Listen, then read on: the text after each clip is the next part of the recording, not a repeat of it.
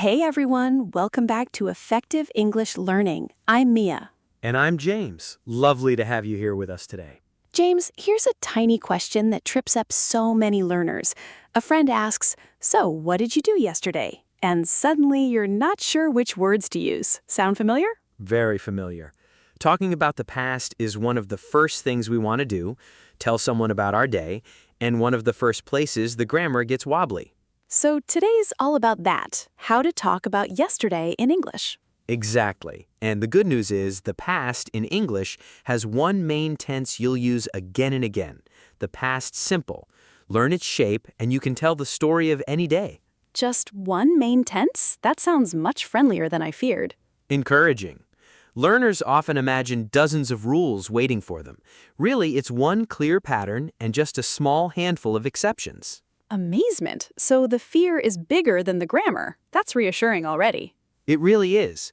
There are a few little bumps. Some verbs are irregular, but the pattern underneath is calm and clear. We'll walk through it together. And we'll actually practice, not just talk about rules. Always. By the end, you'll answer, "What did you do yesterday?" with a smile, not a panic. So if the past tense has ever tied you in knots, stay with us. It's about to get simple. And as ever, no fluent by Friday promises. Never. Just real, usable English. Let's get into it. And this is one of those topics you'll use every single day.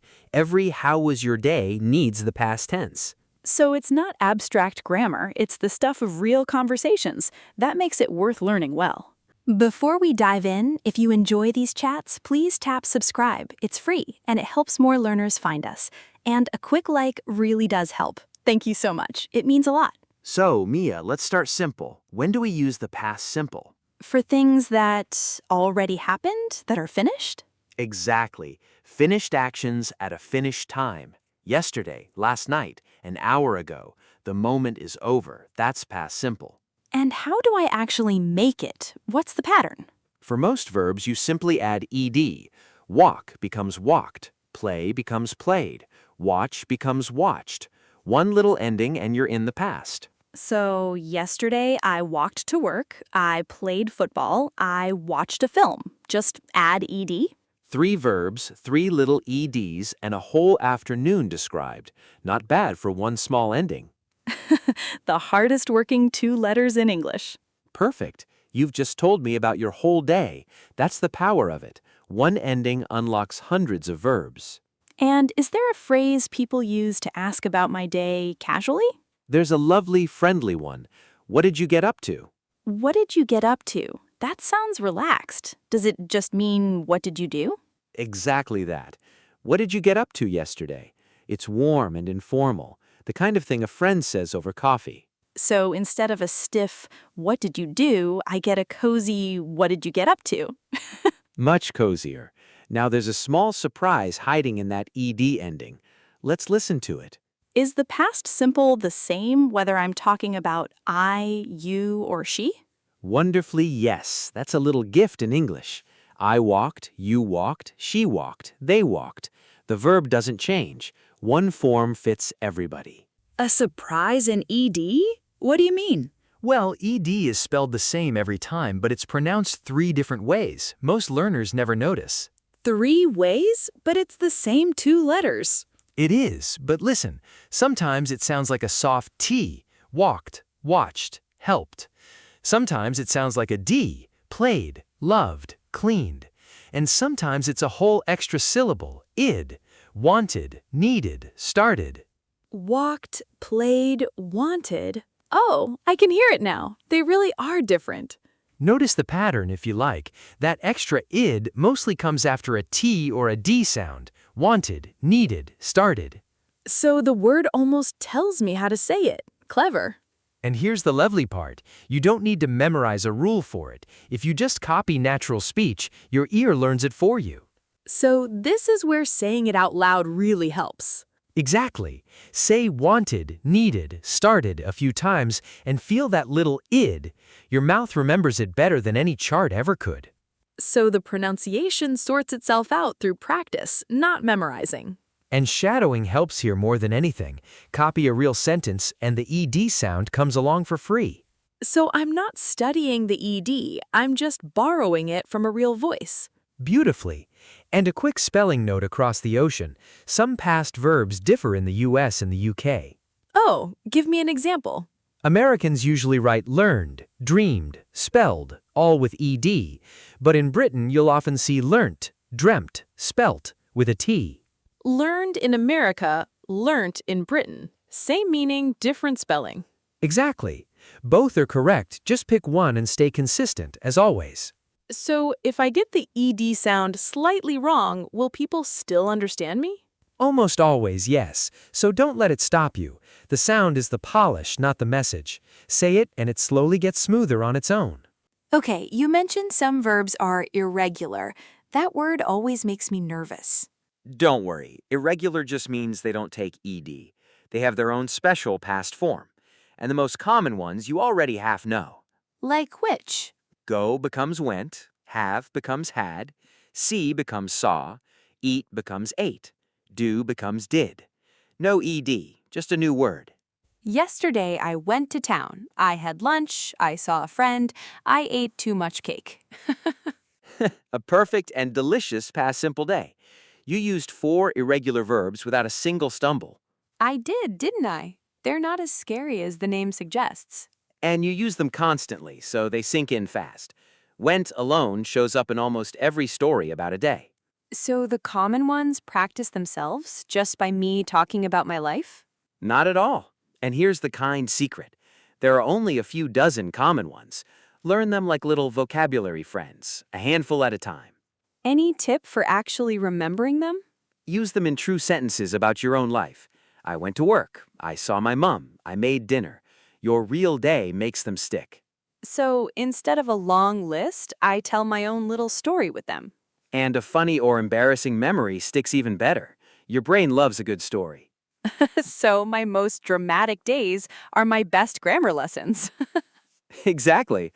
A story you lived is far easier to remember than a list you copied. My yesterday is basically free grammar homework now. The best kind. You already did the living, so now just say it out loud. Is there a fast way to spot which verbs are irregular? They tend to be the everyday ones. Go, come, see, get, make, take. The more common the verb, the more likely it's irregular. So the ones you need most, you'll meet most. Quick reminder before we go on, if this is helping you, drop a comment with the word yesterday. We read every single one and it tells us to keep making these. Just one word. Yesterday. Go on. We'll see it. Right, what about when I want to say what I did not do? That's where I always slip. Ah, the classic tricky spot. For negatives, we use didn't and then the base verb with no ending at all. The base verb, so not the past form. Exactly, and this is the key. We say I didn't go, not I didn't went. The word did already carries the past, so the main verb goes back to normal. Oh, that's the mistake I make constantly. I didn't went, so it should just be I didn't go. And here's a friendly memory trick. Once did arrives, the other verb takes off its coat and relaxes. Did does the work, the verb puts its feet up. I'll remember that. Exactly right. I didn't watch TV. I didn't eat breakfast. I didn't see her.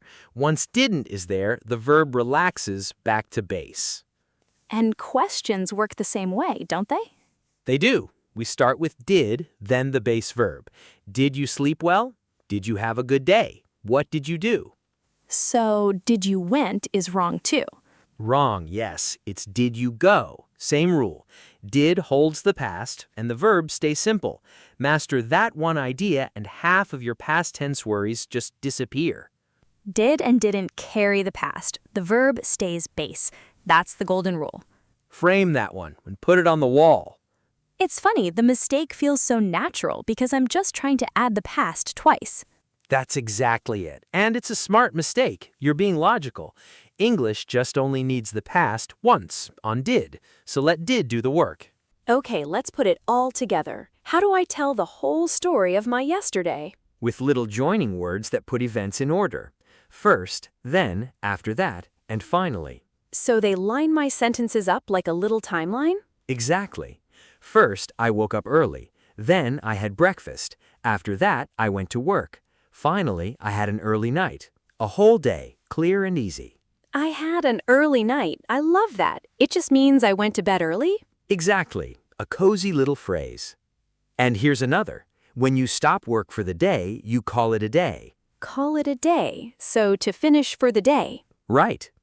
I was tired, so I called it a day at 5. Natural and very common.